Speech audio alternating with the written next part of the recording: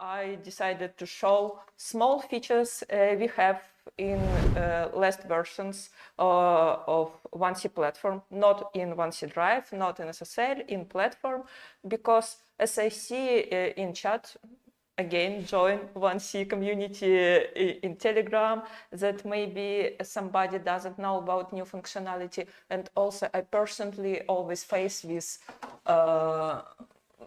that we just lazy person, we developers, and we never read what's new and release notes on updating. Do you read instructions when you update something or install?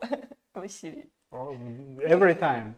Yes, because you're not programming. We programmers don't. Sure. Until the moment we have a problem, we never read. But guys, we need to do it because on our support portal, for each version of platform, it is a beautiful instructions and what's new folder where you can read everything what was updated in last versions. So let's start.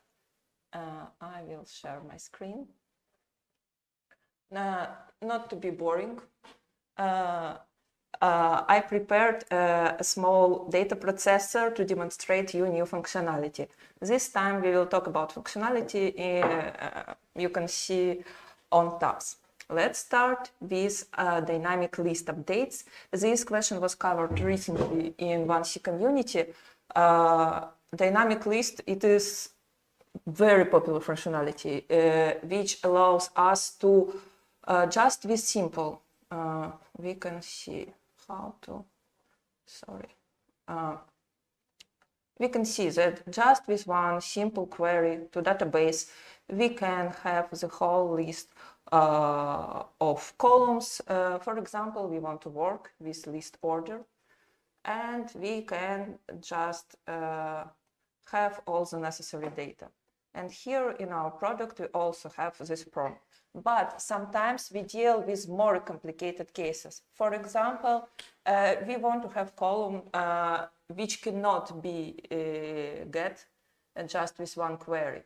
For example, here we have sales order, we have total just field of document, and we have currency. And our user wants a list of documents with amount in words, like here, 20 euros, 0 cent, and all this stuff. How to do it?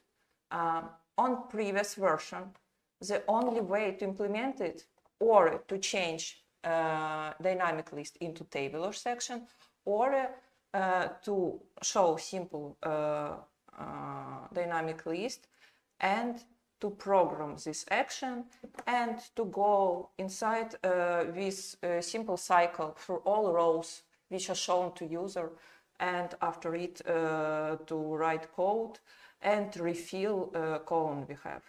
It is time consuming, it is not right, but sometimes we use such things just to make our product useful for our users. But since 20 version, the only thing we have new options in dynamic lists. We have this tab calculated fields, and here we can add as many extra fields as we can, and we can set any expressions in 1C language. Here you can write your own common module, and you can call for this code here. For example, in this case, just with this one line inside the setup and with no programming, I can do absolutely the same thing, and I can get this result. Next thing, it is PDF files. Before version 21, there were no way to open, just to demonstrate this type of files inside 1C platform. We could attach these files into documents, but to open it, we need to have open it in another program always. But sometimes for different tasks and purposes, this document needs to be demonstrated for user. In platform 21, we have new object. We have new type of attribute on form. It is PDF document. It can be chosen here. So to demonstrate PDF document, we need to add new attribute to put it into your form and just write a code to demonstrate it. So here we can open a very important document and see that it can be shown to user. But as we can see, we need to add extra attribute and we need to add extra element to the form. And since platform 22, no extra attributes and elements on form are necessary. All we can do is just create PDF document from file programmably, and with one button, with one command show, we can show it just like it. I hope that there are any people who understand what's going on. Actually, please, please tell us in the chat if you understand. Is it good for you? Do you understand what's going on, guys? Because I don't. I like cats. You like cats, and Vansi platform created special form, and nothing was programmed on this form by me. No, I do not criticize your explanation. I guess that professionals understand what, but Yes, I'm not. Just keep you posted that now you can work and open these documents inside platform. Next thing I want to keep you posted, it is check filling. We all know that sometimes users are working with tables, objects, and some fields are mandatory to be filled. For example, I don't know, VAT number of counterparty, something like that. And we all know how to do it. We create new object, we add attributes, tabular sections, and in properties, we just set if it is mandatory field or not. But sometimes we add on form not only object attributes. Sometimes we add some extra attributes which exist only on this form. And before this platform, if we have simple table on form and we want to check if this column is filled in all lines of this table, we need to program some code like this. In cycle, we need to go through all these lines and check if this value is filled and show user a message. But since platform 22, it is available to set this property for separate columns inside value tables.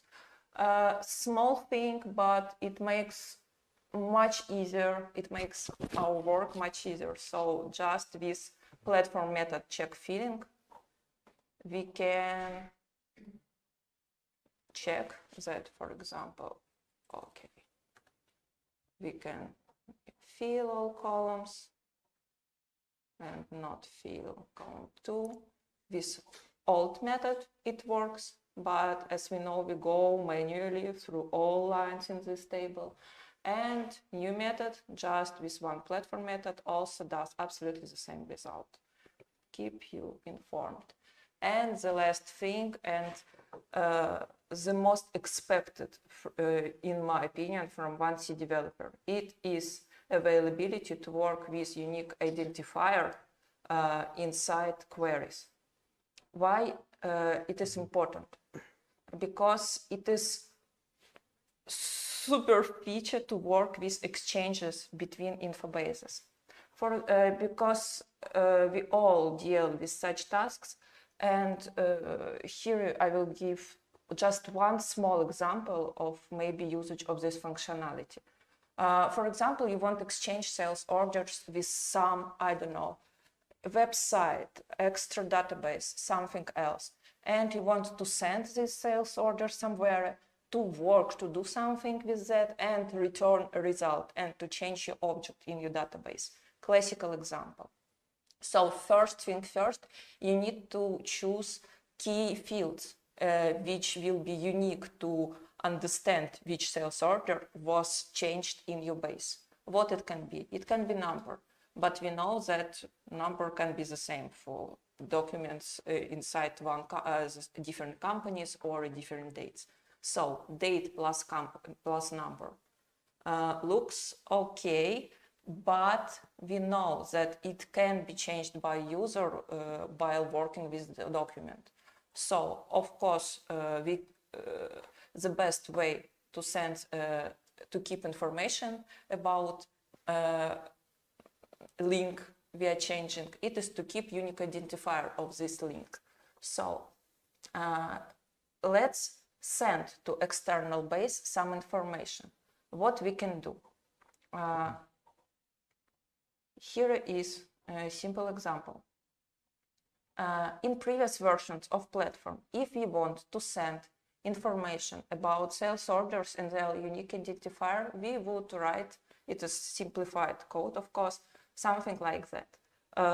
We get all reference we want to send, and for each reference, we take something like this. From reference, we get unique identifier, then we transfer it into string and send it in any packet, XML, JSON, what we send to our base. It is one option, but since platform 22, we can get absolutely the same option, just with one query. Inside of it, we have new function, UUID. It works for all references and it returns unique identifier from reference, and it works extremely fast in terms of 1C platform, because this is extremely time-consuming operation. So, and I'm finishing. It is a moment to load this information. So now from system we have list of unique identifiers, and we have something what need to be done with these documents. In old way, so now we transfer unique identifiers into reference again in our base. In old way, what we are doing, we are going through all these lines, and for each line we are starting search inside sales order by reference. So it means that on big amounts of documents, for example, I don't know, thousands, millions, it will work extremely long time, because this get reference looks for it a lot. But how to use our UUID to search document by it? We can write something like this. First, in one step, we can specify columns with this type description and transfer unique identifiers into unique identifier types, because to work in query, we always need to specify type of column to work. And after it, we just with one simple query and with condition where unique identifier from reference equals our value, we can find all the reference we need, and we can do whatever we want in this query and get any results and get this table. It simplifies work of the whole, all developers to work with Exchange components, because just with keeping these identifiers in external database, we can work in one query inside our platform with all changed mechanisms. That's all I wanted to show this time. I understand that a lot of changes were made by platform with extensions, with working with code, with method work, and we have a lot of changes in Drive and SSL. And if you want something to be described by me next time, please text here in comments or in 1C community. Next time we will discuss these topics also.